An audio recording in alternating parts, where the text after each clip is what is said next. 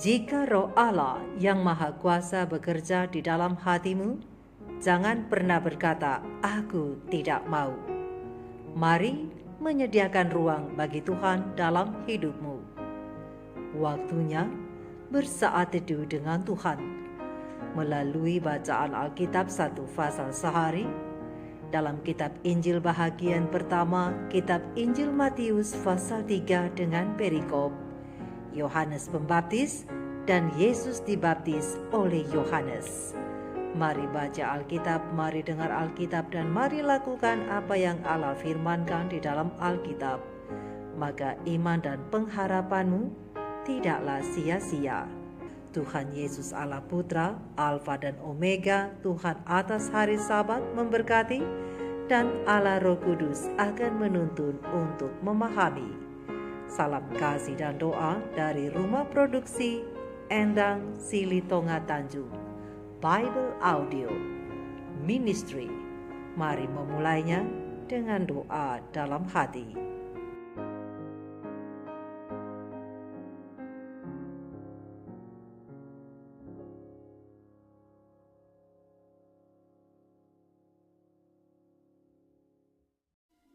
Pada waktu itu, tampillah Yohanes Pembaptis di padang gurun Yudea dan memberitakan, "Bertobatlah, sebab kerajaan sorga sudah dekat."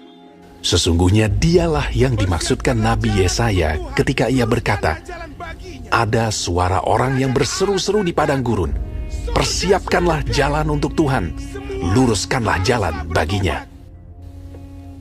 Yohanes memakai jubah bulu unta dan ikat pinggang kulit, dan makanannya belalang dan madu hutan. Maka datanglah kepadanya penduduk dari Yerusalem, dari seluruh Yudea, dan dari seluruh daerah sekitar Yordan. Lalu sambil mengaku dosanya, mereka dibaptis oleh Yohanes di sungai Yordan.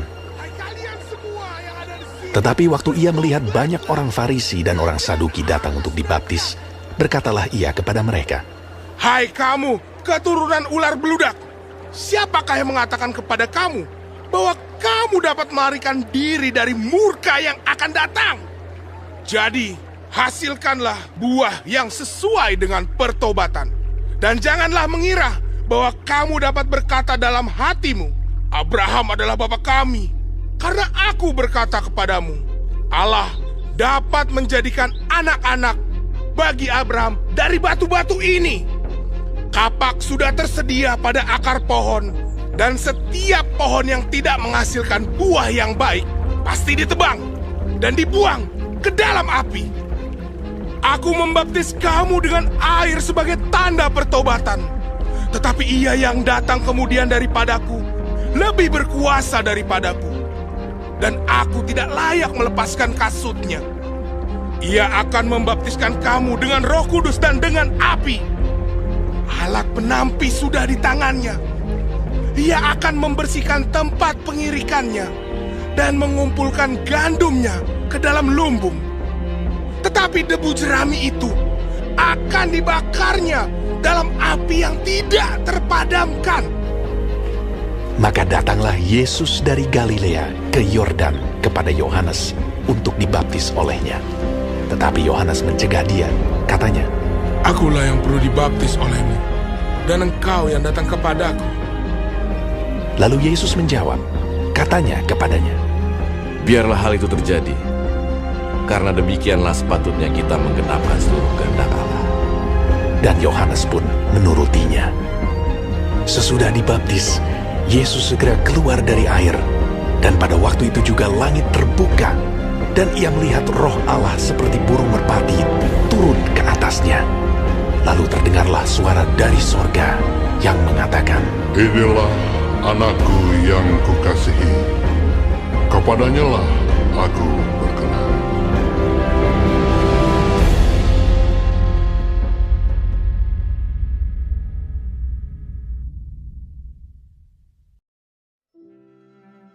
Kita telah menyelesaikan bacaan Alkitab 1 pasal sehari dalam kitab Injil Matius pasal yang ketiga.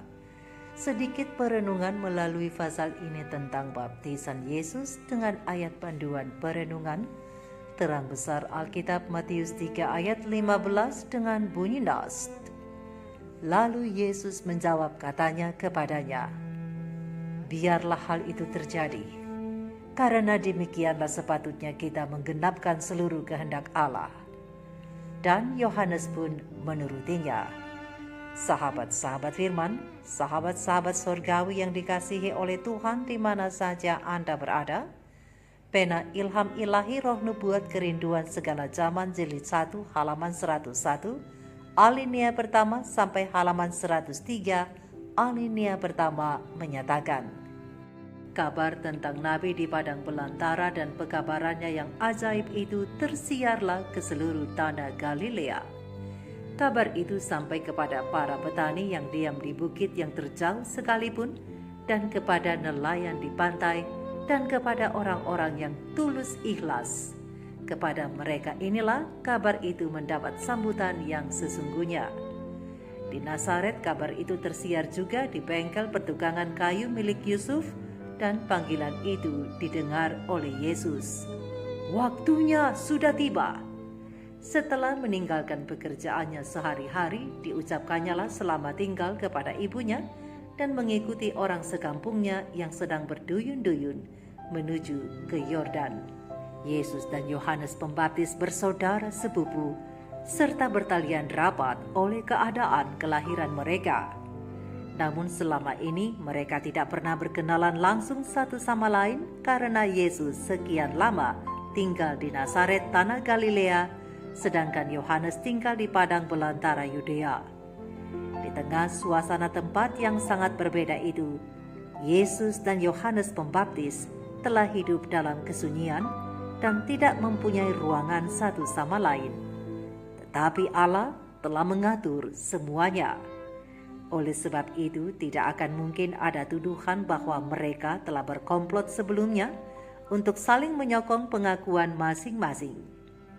Yohanes mengetahui segala peristiwa yang telah menandai kelahiran Yesus. Ia telah mendengar kabar tentang kunjungan ke Yerusalem pada waktu Yesus masih kanak-kanak dan tentang apa yang telah terjadi di sekolah rabi-rabi. Diketahuinya tentang kehidupannya yang tidak berdosa itu, serta percaya bahwa dialah Mesias itu. Tetapi tentang ini, ia tidak mempunyai jaminan yang pasti. Kenyataan bahwa Yesus telah sekian tahun lamanya tinggal dalam kesunyian dan tidak memberikan tanda yang istimewa tentang pekerjaannya, menimbulkan rasa bimbang tentang apakah mungkin dialah yang dijanjikan itu. Namun, pembaptis itu menanti dengan percaya serta yakin bahwa pada waktu yang ditentukan Allah, maka Allah sendiri yang akan menjelaskannya. Karena sudah dinyatakan kepadanya bahwa Mesias itu akan meminta baptisan daripadanya, dan bahwa tanda keilahiannya pun akan diberikan pada waktu itu. Maka dengan demikian, Yohanes akan dapat memperkenalkan Yesus kepada halayak ramai. Dan tatkala Yesus datang untuk dibaptiskan, Yohanes melihat dalam dia suatu kemurnian tabiat yang sejak dahulu belum pernah dilihatnya dalam seorang manusia manapun. Bahkan suasana hadiratnya pun kudus serta mengilhamkan rasa segan.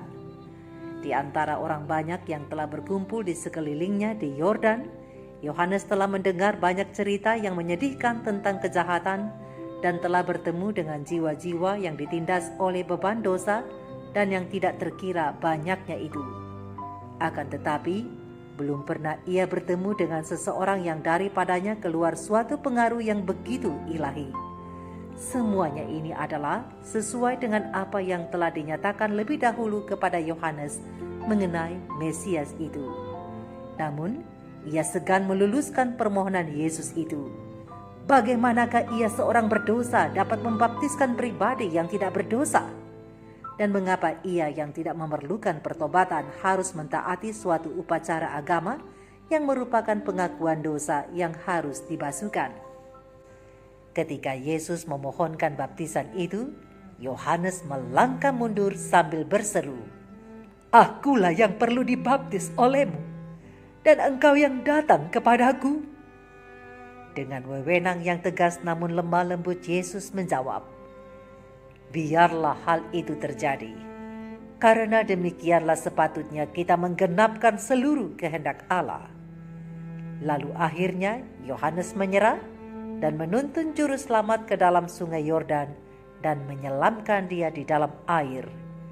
Dan sesudah dibaptis, Yesus segera keluar dari air, dan pada waktu itu juga langit terbuka dan ia melihat Roh Allah seperti burung merpati turun ke atasnya.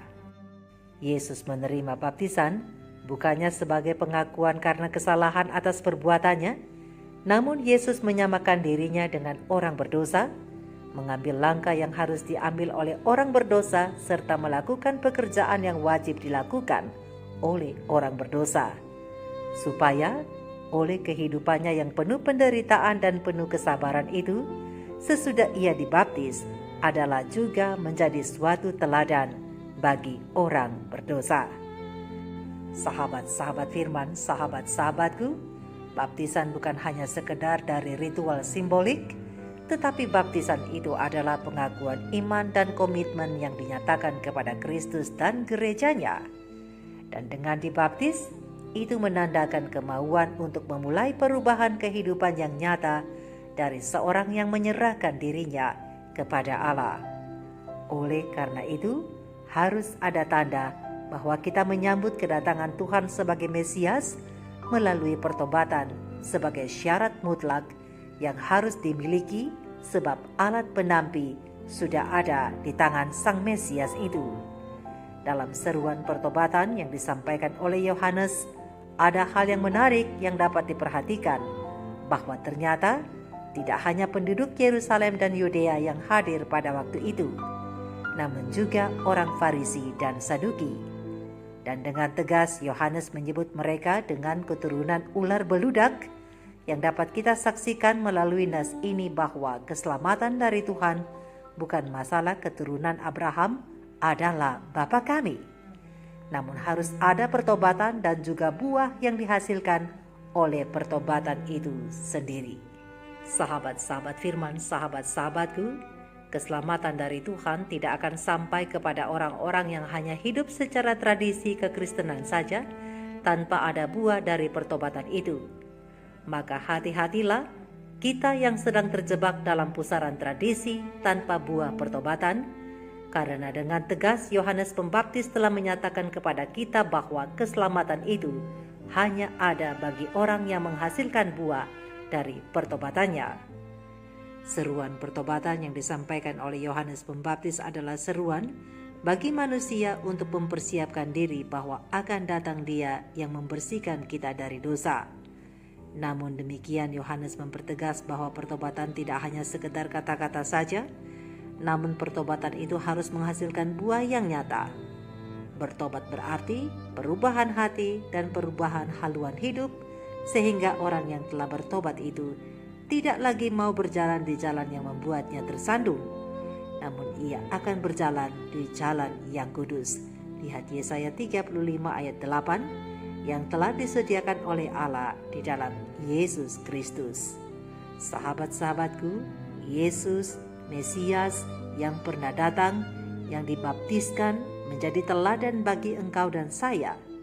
Ia akan datang lagi dan hendak menyelamatkan umatnya, berdasarkan terang besar Alkitab Matius 1 ayat 21.